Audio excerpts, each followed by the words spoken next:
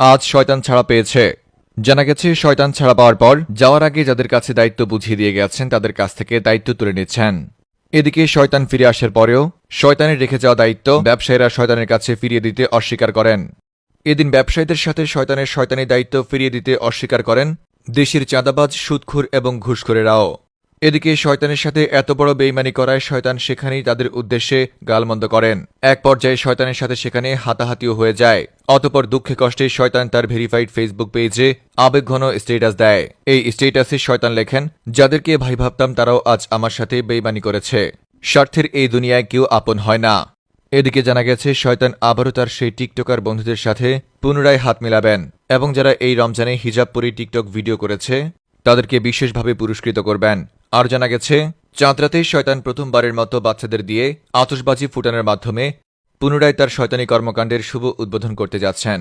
এছাড়াও কিছু গ্রামের চাচাতো ভাইদেরকে দিয়ে পিকআপ কিংবা ট্রাকে করে জিবিএল বক্স বাজিয়ে এলাকা এলাকা ঘুরাবেন। রমজানের পর ছাড়া পাওয়া শয়তানকে নিয়ে বিস্তারিত দেখুন রিপোর্টার ইবলিস হোসেন শয়তানের রিপোর্টে। শয়তানের সাথে বেইমানি করে বসেছে ব্যবসায়ীরা। ভাবতেই অবাক লাগে, যে শয়তান প্রতিনিয়ত মানুষের সাথে বেইমানি করছে সেই শয়তানের সাথে বেইমানি করে বসেছে ব্যবসায়ীরা। তাহলে শোনা যাক বিস্তারিত ঘটনা। আজ রাতে শয়তান ছাড়া পেয়েছে। ছাড়া পাওয়ার পর শয়তান বন্দী হওয়ার আগে যাদের কাছে তার দায়িত্ব বুঝিয়ে দিয়ে গেছেন, ছাড়া পাওয়ার পর শয়তান তাদের কাছে গিয়ে একে একে দায়িত্ব বুঝে নিচ্ছেন। Hijabi TikToker, hijabi content creator, দ্রুত খতম তারাবি পড়ানো হুজুর কিংবা ৮ টাকা তারাবি পড়ে যারা ডাব চুরি করতে যেত, সবার কাছ থেকে শয়তান এক এক করে দায়িত্ব বুঝে নিয়েছেন। কিন্তু যখনই শয়তান ব্যবসায়ীদের কাছে তার দায়িত্ব বুঝে নিতে গেল, তখনই ঘটে যায় এক চমৎপ্রদ ঘটনা।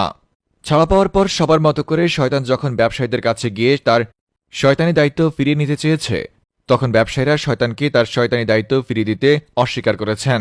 এমনকি ব্যবসায়ীদের সাথে শয়তানি দায়িত্ব ফিরিয়ে দিতে অস্বীকার করেছেন দেশের চাঁদাবাজ, ঘুষখোর এবং সুদখোরেরাও।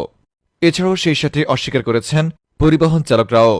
ব্যবসায়ী, সুদখোর, ঘুষখোর এবং পরিবহন চালকরা যখন শয়তানের সাথে এত বড় বেইমানি করে বসেছে, তখন শয়তান রেগেমেগে তাদের উদ্দেশ্যে গালমন্দ করা শুরু করে। এক পর্যায়ে শয়তানের সাথে ব্যবসায়ী, চাঁদাবাজ, ঘুষখোর এবং পরিবহন চালকদের সাথে লেগে যায় হাতাহাতি।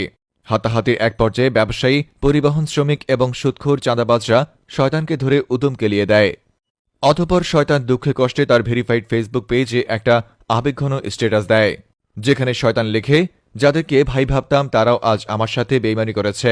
স্বার্থের এই দুনিয়ায় কোনো মানুষ কারো আপন হয় না, আর সেই জায়গায় আমি তো শয়তান। এদিকে এক গোপন সংবাদের মাধ্যমে উঠে এসেছে, আজ রাতে নাকি শয়তান এই রমজানে যারা বেস্ট শয়তানি কাজ করেছে তাদেরকে মেরিল বেস্ট শয়তানি পুরস্কার প্রদান করবেন।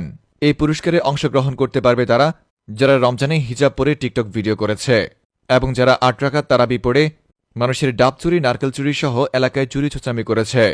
এছাড়াও অংশগ্রহণ করতে পারবে যারা এই রমজানে খুব দ্রুত তারাবির নামাজ পড়েছে এবং যারা সেহরি খেয়ে ঘুম দিয়ে ইফতারের আগে উঠত, তারাও এই পুরস্কারে অংশগ্রহণ করতে পারবে। এছাড়াও এমন মোট ১০০টি ক্যাটাগরিতে শয়তান তার মেরিল বেস্ট শয়তানি পুরস্কার প্রদান করবেন।